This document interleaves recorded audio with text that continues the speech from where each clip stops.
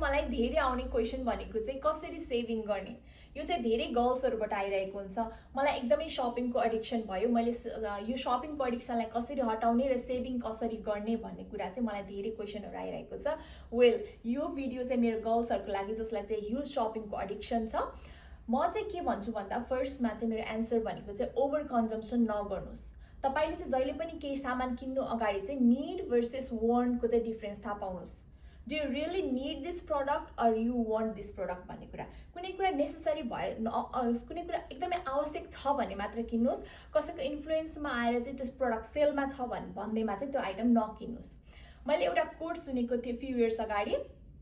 The quote goes like this: if the product is on sale doesn't mean you need to buy it, but if you need something and if it's on sale then you can go for it. It's a win-win situation भनेर। I'll repeat that again. कुनै पनि कुराहरु सेलमा छ भन्दैमा तपाईले किनिहाल्नु पर्दैन, तर कुनै पनि कुरा तपाईलाई एकदमै आवश्यक परिरहेको छ, if you really need something र त्यो कुरा चाहिँ सेलमा छ भने चाहिँ तपाई त्यो कुराहरु किन्न सक्नुहुन्छ। त्यो चाहिँ बल्ल तपाईको लागि चाहिँ प्रफिटेबल सिचुएसन हो भनेर थियो के। र अर्को नेक्स्ट भनेको चाहिँ quality over quantity.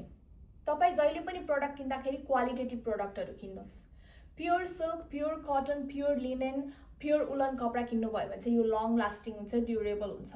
Rather than going for quantity, huge amount of products, go for quality. अनि त्यो भयो भने तपाईसँग थोरै प्रोडक्ट भयो पनि लङ ड्युरेसनसम्म चल्छ।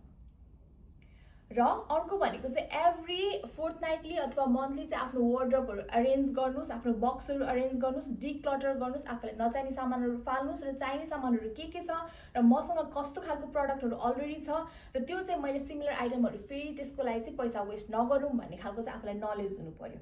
त्यसको लागि चाहिँ अर्गनाइजिङ गर्नुस् अनि डिक्लटर गर्नुस्। त्यो भयो भने चाहिँ तपाईलाई आइडिया हुन्छ। यसरी चाहिँ तपाईले ह्युज अमाउन्ट अफ मनी चाहिँ अनवान्टेड शपिङबाट चाहिँ सेभ गर्न सक्नुहुन्छ। Thank you.